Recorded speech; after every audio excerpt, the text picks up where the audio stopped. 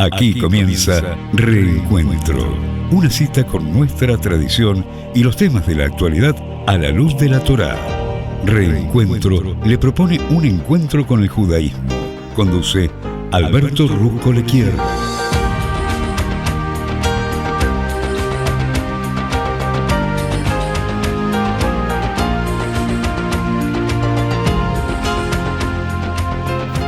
Muy buenas tardes, aquí Alberto Rujoliquier los saluda y les da las gracias nuevamente por estar conmigo ya en esta edición día viernes aquí desde la querida ciudad de Buenos Aires.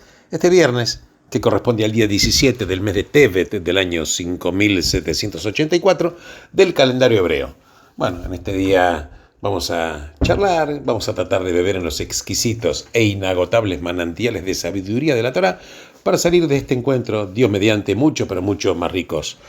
Gracias por estar compartiendo conmigo. Bueno, te quiero recordar que el horario de prender velas de Shabbat para el día de hoy en la ciudad de Buenos Aires, en este día 29 del mes de diciembre del año 2023, está establecido a las 19 horas 51 minutos. Y el Shabbat termina mañana a las 20 horas 54 minutos. Muchísimas gracias por estar conmigo y gracias de todo corazón. Bueno, la porción de la Torá de esta semana, que es la verdad que se denomina Vayehi, que quiere decir y vivió. Con esta para allá termina la lectura del primer libro de los 5 libros que tiene la Torá, que es el libro de Bereshit o Génesis. Claro, este libro tiene 12 porciones o 12 parshiot o partes. Pues es que cuando se termina de leer un libro de la Torá, hay que decir Hazak, Hazak, Verit Hazek, que significa fuerza, más fuerza. Juntos nos fortaleceremos. Lo que implica que nos sentimos contentos con lo aprendido, pero deseamos, claro, aprender todavía más. Jacob fuera la primera persona que sufrió de una enfermedad antes de morir. Claro, ¿por qué? Porque así se lo pidió a Dios, pues de este modo las personas podrían dar instrucciones a sus hijos y arreglar sus asuntos antes de fallecer. Abraham, por ejemplo, fue la primera persona con señales externas de vejez, con arrugas, cabello canoso. ¿Por qué? Para que las personas pudieran distinguir y honrar a la gente mayor. Itzhak fue el primero en experimentar dolor y sufrimiento, ya que así se lo pidió a Dios para aminorar el sufrimiento en el mundo venidero. Jacob vivió en la tierra de Egipto durante 19 años. La parashá dice de la siguiente manera: y los días de su vida fueron 147 años. Los días y los años de Jacob fueron plenos, de verdadero contenido. Mucho fue lo conseguido en cada hora y minuto de aquellos días, porque Jacob, claro, como el resto de los patriarcas del pueblo judío, disfrutó del aprovechamiento del tiempo. No es poca cosa, ¿no? Saber disfrutar el tiempo que todos tenemos otorgados en este mundo. Dicen nuestros sabios que el secreto de aprovechar el tiempo en la forma más intensa posible es el entrenamiento para actuar de tal manera que, cuando se está ocupado en determinada actividad, todas las cosas que se estaban haciendo antes y aquellas que ocuparán la atención después deben desaparecer. ¿Por qué? Porque así la mente va a estar libre de toda distracción, ya sea pasada o futura, y puede ocuparse plenamente de lo que se está haciendo. Jacob pidió a Yosef que le prometiera que se lo enterraría en Eretz Israel. Quería ser sepultado en Tierra Santa, en la cueva de Machpelah, junto a sus antepasados Abraham e Itzhak. Jacob no deseaba ser enterrado en Egipto por varias razones. Entre ellas temía que los egipcios consideraran que su cuerpo era santo y que pudieran convertirlo en uno de sus ídolos. Además quería que sus descendientes tuvieran siempre presente que su patria era Israel y que tenían que volver a ella y no quedarse en Egipto. Otra razón era que aquellos sepultados en Israel serían los primeros en revivir en la etapa de la resurrección de los muertos. Bueno, antes de morir, Jacob bendijo a cada uno de sus hijos y a algunos de sus nietos. Jacob fue el primero de los patriarcas en reconocer las particularidades del carácter y la mentalidad de cada uno de sus 12 hijos. Jacob murió en el año 2255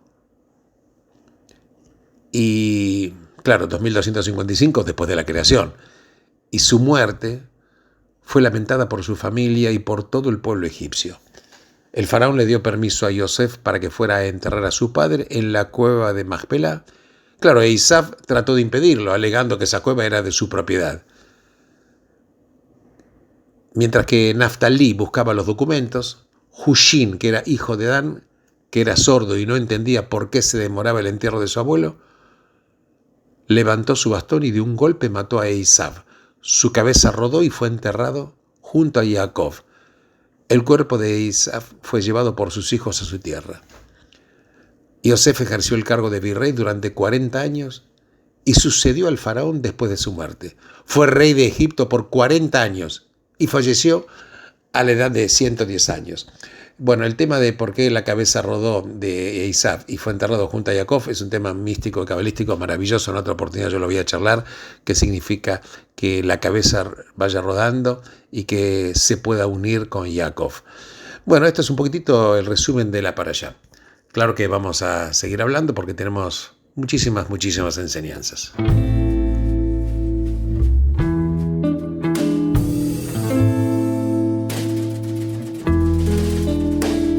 יוצאים ביציאה הדרומית ועולים ברחוב השוק, בפינה יש בית עם עבר מפואר, עתיד ריק והווה סדוק, חפציו עוד עושים לך טוב, אתה שר בתוך ביתו, ואני מבקשת ממך לספר לי עליו ומה איתו. הוא עבד לעתים בשלוש עבודות ואהב אהבות באור העמוק, הוא חלם חלומות ולחם מלחמות ומת משעמום.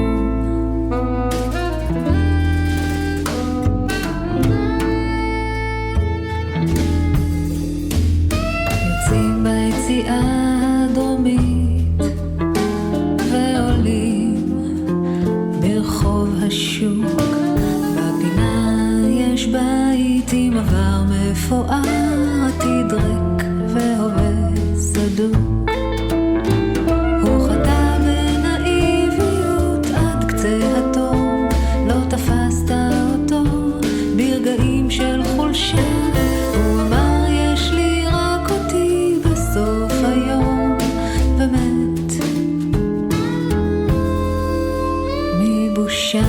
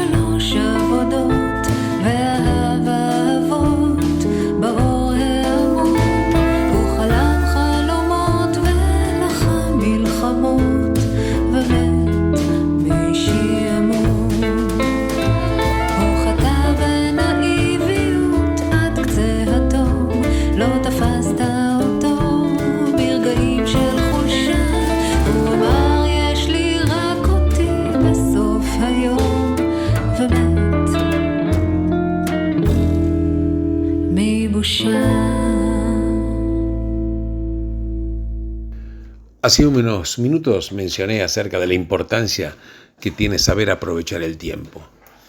El tiempo, porque la vida está hecha de tiempo, absolutamente. Vamos a hablar un poquitito del tiempo. Claro que hay historias que son fascinantes. Hay muchas culturas que cuentan historias diferentes. Incluso hay novelistas que escriben novelas de ficción. Pero muchísimas historias se tejen. Pero hay un tipo de historia que en realidad es muy raro y del cual el Tanaj, que quiere decir la Torá, Nevi'im y Ketuvim, que todo está, el Tanaj es el ejemplo supremo. porque es la historia inconclusa que mira hacia adelante con un futuro abierto, más que llegar a un fin. Claro, esto desafía una convención narrativa. ¿Por qué? Porque generalmente se espera que una historia genere una tensión que se va resolviendo al final de la página. Y eso es lo que le da al arte una sensación de completud. Porque, por ejemplo, no podemos imaginar una escultura incompleta. No podemos imaginar un poema inconcluso o una novela que esté por la mitad.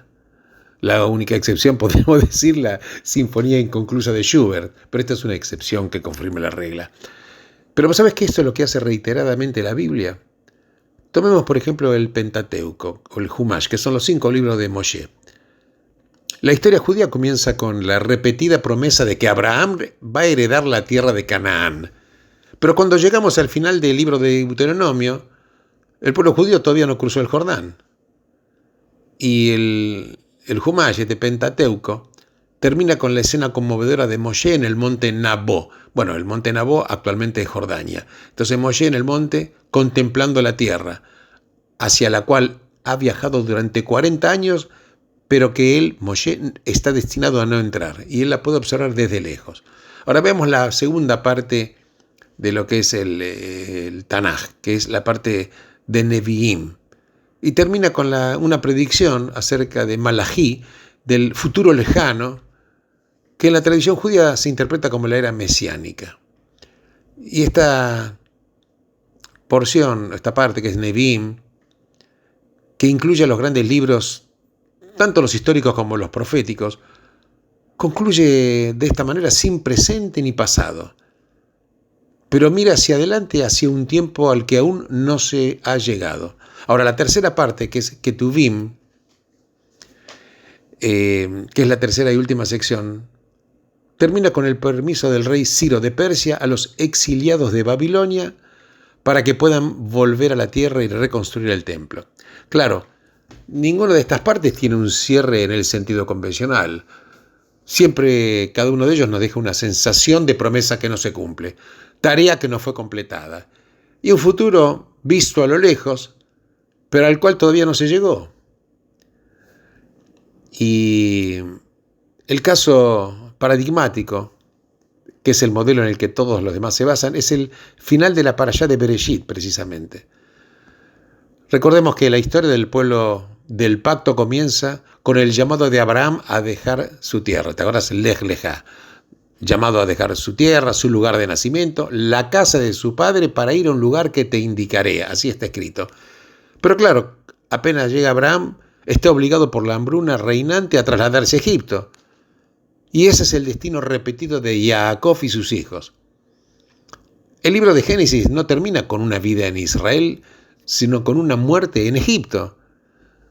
Entonces, ¿qué está escrito? Literalmente dice, entonces le dijo Yosef a sus hermanos, estoy por morir, pero Dios seguramente va a acudir a asistirlos y los elevará fuera de esta tierra a la que les prometió bajo juramento a Abraham, Isaac y Jacob. Entonces Yosef obligó a los hijos de Israel bajo juramento que cuando Dios seguramente venga en vuestra ayuda, entonces deben sacar mis huesos de este lugar. Yosef murió a la edad de 110 años y después de embalsamarlo fue colocado en un féretro. Claro, nuevamente una esperanza no realizada, una travesía que no termina, un destino apenas más allá del horizonte. Pero claro, ¿hay alguna relación entre esta narración y el tema con que concluye la historia de Yosef, o sea, el perdón? ¿Te acordás que Yosef perdona a sus hermanos? Pues sabes que hay un libro que fue escrito por Hannah Arendt en Su condición humana, así es el libro, habla de la profunda introspección que hay y hay una conexión entre el perdón y el tiempo. La acción humana, dice Hannah Arendt, es potencialmente trágica, porque nunca podemos predecir las consecuencias de nuestros actos, y claro, una vez realizado no es posible deshacer los actos.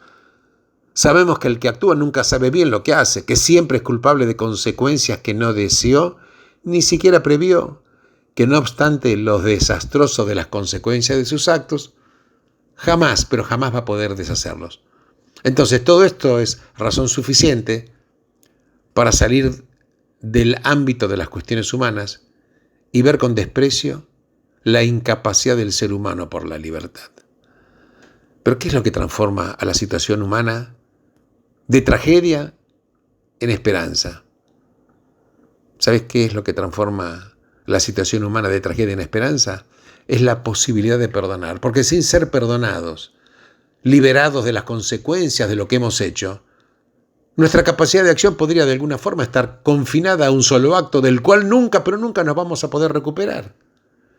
Perdonar, en otras palabras, es la única reacción que no es meramente una repetición, sino que acciona de nuevo, inesperadamente, sin estar condicionada por el acto que lo provocó, liberándolo por consiguiente de sus consecuencias, ya sea tanto para el que perdona como para el perdonado. Porque la expiación y el perdón son las expresiones supremas de la libertad humana, que es la libertad de actuar en forma distinta en el futuro en relación a lo hecho en el pasado, y la libertad de no quedar atrapado en un ciclo de venganza y desquite. Porque solamente los que perdonan pueden ser libres. Porque solamente una civilización basada en el perdón puede construir un futuro que no es una repetición sin fin del pasado.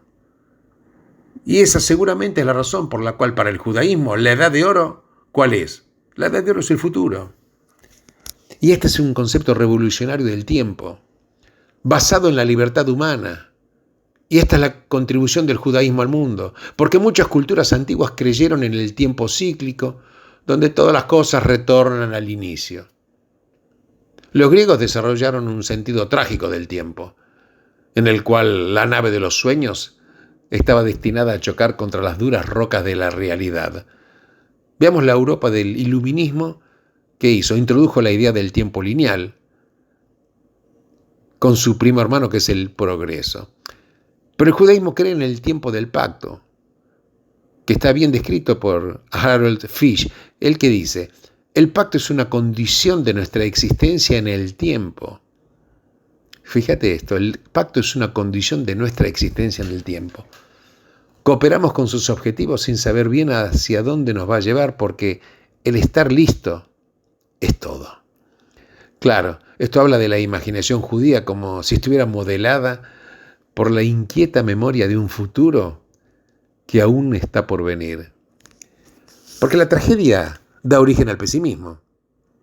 El tiempo cíclico da origen a la aceptación, porque siempre se vuelve a repetir nuevamente todo. El tiempo lineal da origen al optimismo. Pero el tiempo del pacto da origen a la esperanza.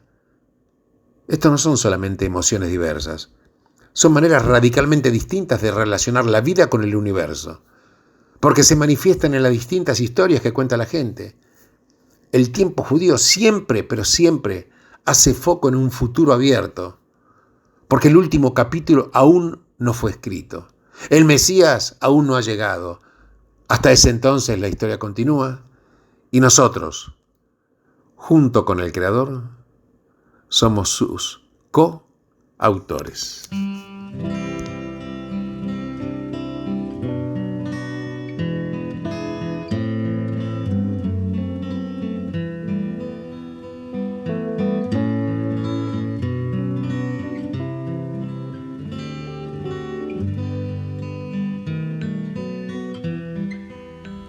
היום אולי יתחד בו הלילה ולא נשאף לאור כוכב. אין לי ולך יש כל אשר נשאלה, מבלי מילים נדע זאת כי נאהב. היום אולי נדחה את קץ דרכנו ולא נזכור כי סוף לכל זה המשעול שבו דורכות רגלינו, משני קצותיו הדשא לא ייבול.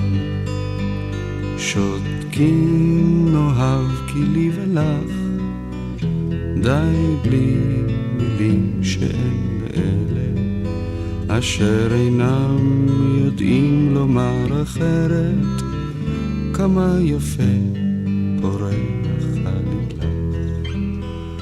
היום אולי נדחה את העצבת, עם יד ביד באור נלך, כי רוח כפור בחשכה נושבת, רק במקום בו לא שמעו את שמך.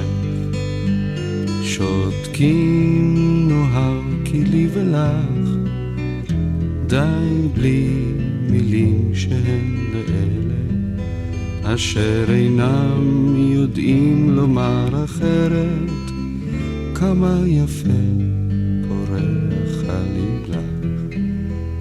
היום אולי נדחה בו השלכת, ולא יוכל לבוא הסתיו. דרכים רבות הן לאביב ממלכת, אם רק אותן אור חיוכך יאהב. שותקים נוהר כי לי ולך, די בלי מילים שהן לאלה, אשר אינם יודעים לומר אחרת, כמה יפה פורח עלילך.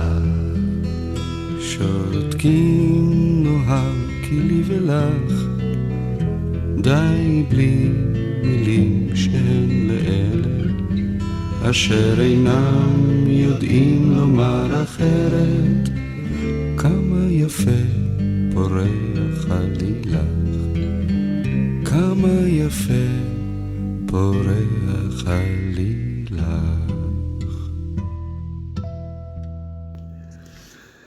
La vida, claro, tiene tantos interrogantes y los seres humanos creemos que todo está escrito. Pero la verdad es que, veamos por ejemplo lo que dice la Torá. Dice que Jacob quiso revelar lo que ocurriría en el futuro, pero la divina presencia se retiró de él. Trató de predecir el futuro, pero vio que no lo podía hacer. Entonces, esto no es un detalle menor, es un aspecto fundamental de la espiritualidad judía. Creemos que no podemos predecir el futuro cuando se trata de seres humanos.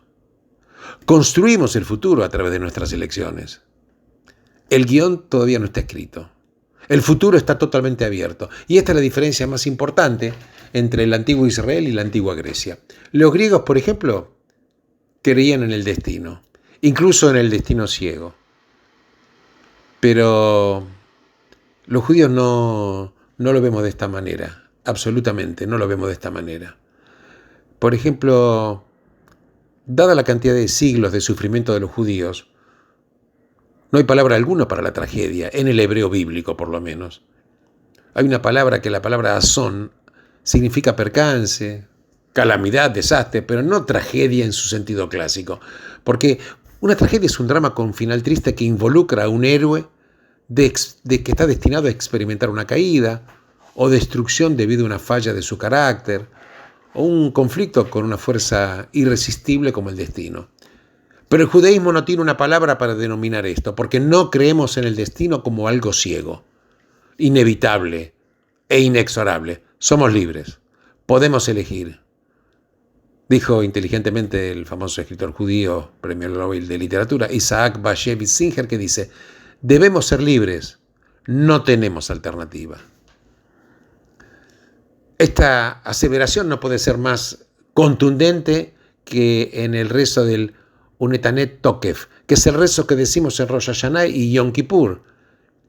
Porque aún después de decir que en Rosh Hashanah está escrito y en Yom Kippur se sella quién vivirá y quién morirá, después decimos: pero la teshuvá, la plegaria y las buenas acciones anularán el mal decreto. No hay sentencia a la que no podamos apelar, ni veredicto que no se pueda mitigar, mostrando que estamos arrepentidos y dispuestos al cambio, absolutamente. Entonces, claro, tenemos que ver que hay una diferencia entre profecía y la predicción. Si una predicción se convierte en realidad, es exitosa. Y si una profecía se cumple, es que ha fallado. Un profeta no predice, sino que advierte. Él o ella no dicen simplemente esto ocurrirá, sino que dicen esto ocurrirá a menos que cambies. ¿Qué hace el profeta? El profeta actúa sobre la libertad humana, no actúa sobre lo inevitable del destino. Así que, mirá qué importante. Somos libres. Claro, elegimos, nos equivocamos, aprendemos, cambiamos, crecemos. El que fracasa a veces en una escuela termina siendo un premio Nobel. El líder que decepciona inesperadamente muestra coraje y sabiduría cuando está ante una crisis. ¿Cuántas veces hemos visto que las cosas cambian inexplicablemente a veces? Somos libres, porque no somos meramente objetos, somos sujetos. No respondemos solamente a eventos físicos, sino a la forma en que percibimos estos eventos. Tenemos mentes, no solamente cerebros. Tenemos pensamientos, no solamente sensaciones. Reaccionamos, pero a veces elegimos no reaccionar. Hay algo en nosotros que no se puede reducir a lo material, a causas y consecuencias físicas. La verdad que la forma en que nuestros ancestros hablaron de esto sigue siendo real y profunda. Somos libres porque Dios es libre y nos hizo a su imagen. Eso es lo que quiso decir con las 3 palabras que Dios le dijo a Moshe en el episodio de la zarza ardiente, cuando le preguntó a Dios cuál era su nombre. ¿Y Dios qué le dijo? Dios le replicó, Heye Asher Heye. ¿Cómo se podía traducir? Soy lo que soy, pero en realidad lo que significa es seré el qué y cómo elegiré ser. Yo soy el Dios de la libertad y soy impredecible. Veamos que Dios dice esto al comienzo de la misión de Moshe de liderar un pueblo de la esclavitud a la libertad. Quería que los israelitas fueran un testimonio viviente del poder de la libertad, un testimonio del poder de la libertad. El futuro no está escrito necesariamente, no lo está, no hay destino que no podamos cambiar, ni predicciones que no podamos desafiar. No estamos predestinados a fracasar ni programados para el éxito. No predecimos el futuro. ¿Por qué? Porque el futuro lo hacemos nosotros. ¿Cómo? Por nuestras elecciones, con nuestra voluntad, con nuestra persistencia y nuestra determinación de sobrevivir. La prueba está en el pueblo judío mismo. La primera referencia de Israel fuera de la Biblia está, vos sabés que grabada en la placa de Merneptah, que está inscrita por el faraón Merneptah IV, que es el sucesor de Ramsés II, esto alrededor del año 1225, antes de la era común. ¿Y qué dice? Israel yace inerte, su simiente ya no es más. Era en síntesis un obituario. El pueblo judío fue dado de baja muchas veces por sus enemigos, pero aún permanece. Luego de 4 milenios, no solo que permanece joven y fuerte. Y es por eso que cuando Jacob quiso decirle a sus hijos lo que ocurriría en el futuro, el Espíritu Divino le fue retirado. Nuestros hijos nos siguen sorprendiendo, así como nosotros sorprendemos a otros. Hechos a la imagen de Dios somos libres. Sostenidos por las bendiciones de Dios, podemos ser más grandes de lo que cualquiera, incluso nosotros mismos, podríamos predecir.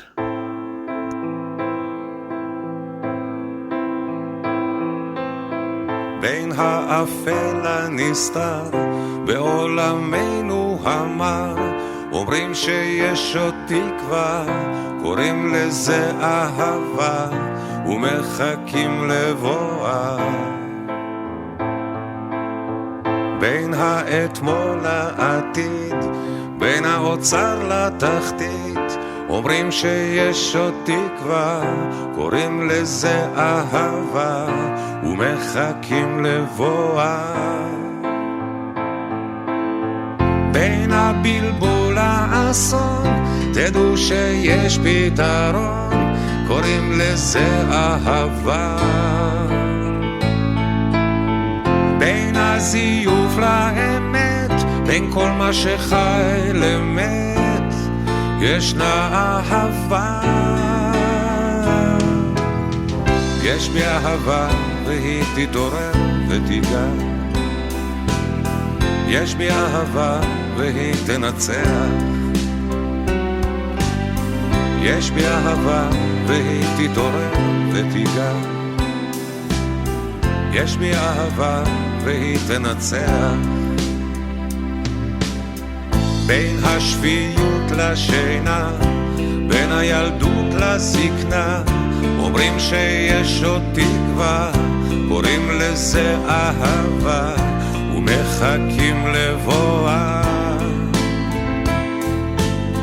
בין האתמול לעתיד, בין האוצר לתחתית, אומרים שיש עוד תקווה, קוראים לזה אהבה ומחכים לבואה.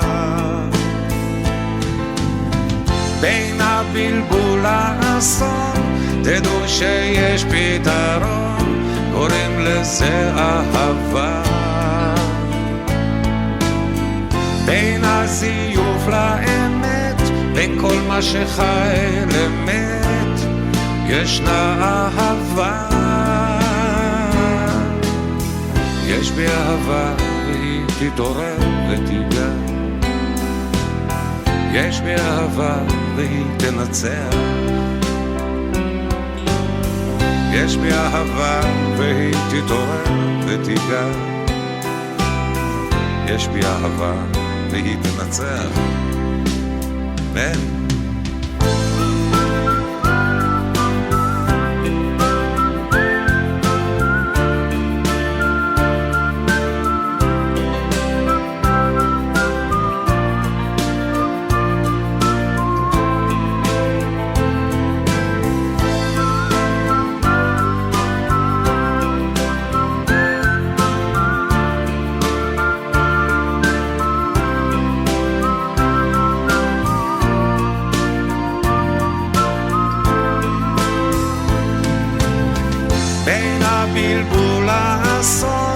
תדעו שיש פתרון, קוראים לזה אהבה. בין הזיוף לאמת, בין כל מה שחי למת, ישנה אהבה. יש בי אהבה והיא תתעורר ותיגע. יש בי אהבה והיא תנצח.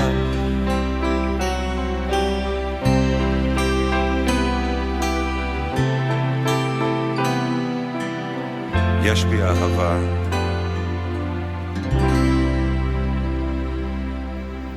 Bueno, de a poquito ya nos estamos acercando al final del programa, pero quisiera volver sobre estas ideas fuerza, porque viste, siempre en la vida hay una discusión acerca de si existe o no un destino, y la verdad te vuelvo a repetir, no tenemos que creer que el futuro está escrito, porque nosotros podemos cambiar absolutamente, no estamos destinados absolutamente a fracasar, ni tampoco a triunfar.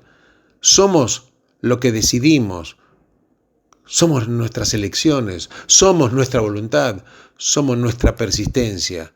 Y es muy judío también decir que somos nuestra determinación de sobrevivir, porque el pueblo judío mismo es la prueba de todo esto.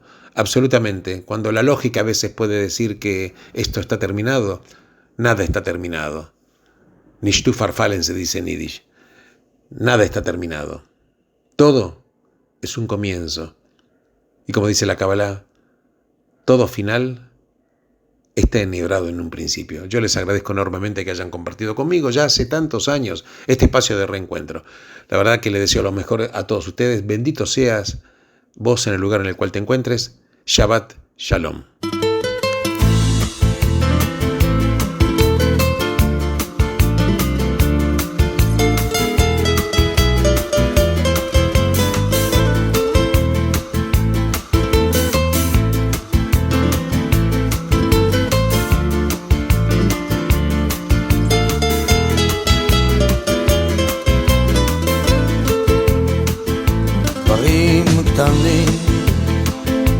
דברים פשוטים וקצת הפתעות באמצע הדרך, זמנים עומדים חולפים ומשתנים.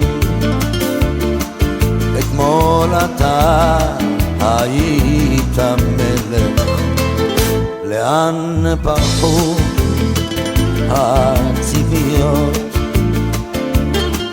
ואיך נשארת בלי תשובה, עוד לא הספקת לעשות. ומה נשאר מכל העבר?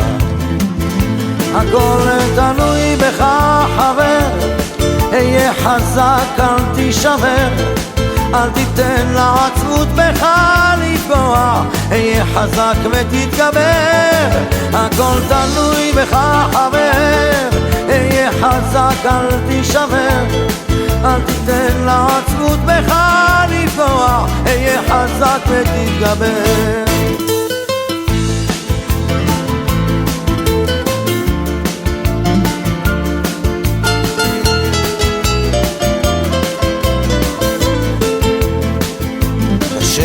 לראות, אך לפעמים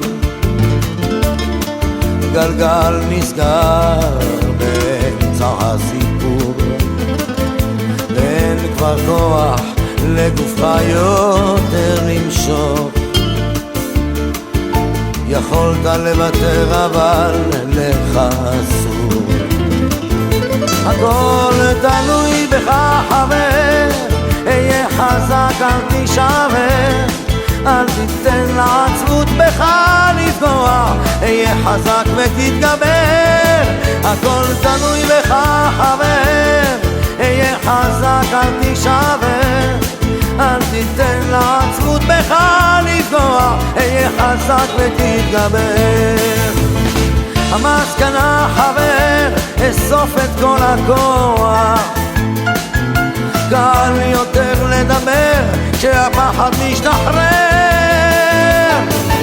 למרות הכל אתה מבין שזו הדרך, היה חזק חבר, היה חזק. הכל תלוי בך חבר, היה חזק אל תישבר, אל תיתן לעצמות בך לפגוע, היה חזק ותתגבר. הכל תלוי בך חבר, היה חזק אל תישבר, אל תיתן לעצמות בך לפגוע, היה חזק ותתגבר.